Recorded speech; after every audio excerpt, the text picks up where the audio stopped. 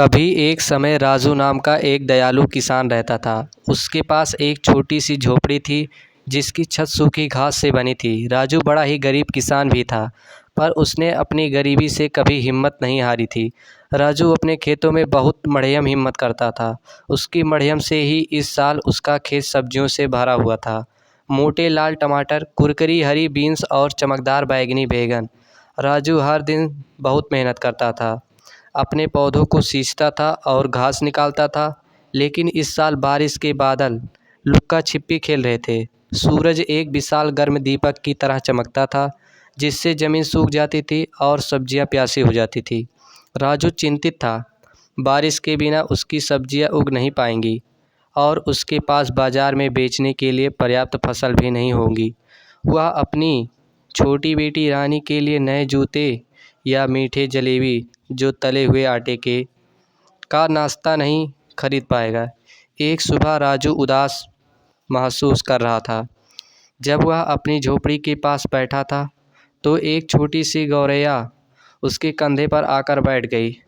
चहचहाट चहचहाट गौरैया के सिर झुकाते हुए कहा, मुंह लटकाए क्यों बैठे हो राजू?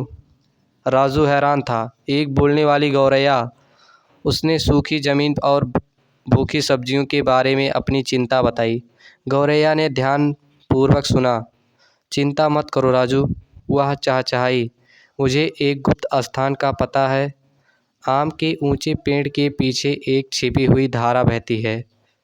इसका पानी अपनी सब्जियों को फिर से हरा भरा कर देगा। राजू की आंखें चमक उठी। उसने गौरैया को धन्यवाद किया और बताई हुई बातों का पालन किया। सबसे ऊंचे आम के वृक्ष के पीछे उसने एक जगमगाती धारा देखी, ठीक वैसे ही जैसे गौरैया ने कहा था। राजू ने अपनी बाल्टी को कंधे पानी से भर लिया और वापस अपने खेत की ओर दौड़ पड़ा। उसने ध्यान से प्रत्येक प्यासे पौधे के चारों ओर पानी डाला। सब्जियां खुशी से चहकती हुई लग रही थी। उसकी पत्तियां चमकीली हरी हो गई। कुछ दिनों बाद आखिर बारिश आ गई। कोमल बूंदें छत पर से टप टप टपकी, जिससे राजू का दिल खुशी से भर गया। उसकी सब्जियां बड़ी और मजबूत हो गई।